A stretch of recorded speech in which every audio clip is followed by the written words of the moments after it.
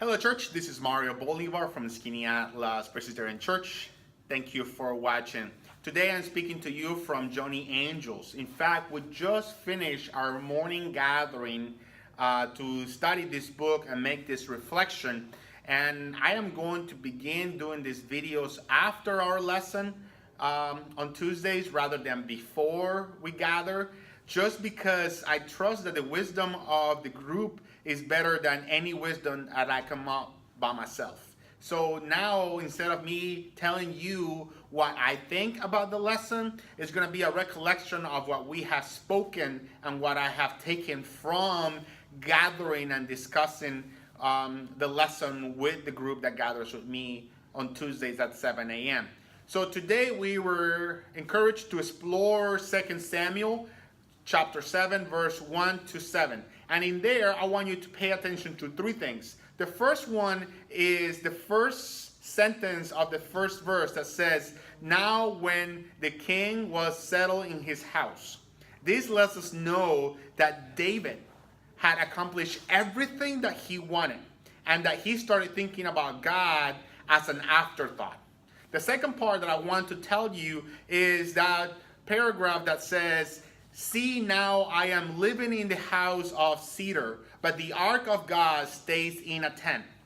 That makes me think that David is in a point where he's comparing what God has versus what he has. And he's saying, if I have this, then God should have this. And that is a relation that we make to this day. We often compare what God has, what we have, and we try to match it. And the last part is a question from God that says, "Are you the one to build me a house to live in?" And that is for us to say, God is saying to David, hold on, that might make you happy, but that's really not what I'm after. And so the lesson is encouraging a few things. The first one is that the vision of God is bigger and better than any mission statement that we might consider for our communities. It's also posing the question, how can we let go of our own boundaries and accept a God that knows no boundaries? How can we deal with the disappointment when our plans do not work? How can we continue to be persistent in the love of God, living in community, a broken, imperfect community that is, but yet our own community that serves us as a gravity point?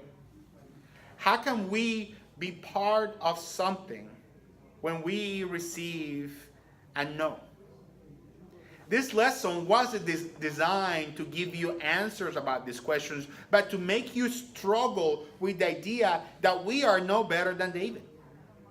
We are called to struggle with our own hopes and dreams and to know that what God is asking us is beyond our life. Many of the things that we are trying to accomplish today will not be accomplished in our lifetime, and we need to be okay with that. Because the ultimate goal is for us not to see the world as a perfect creation, but to work for the creator of creation. Church, that is all for today.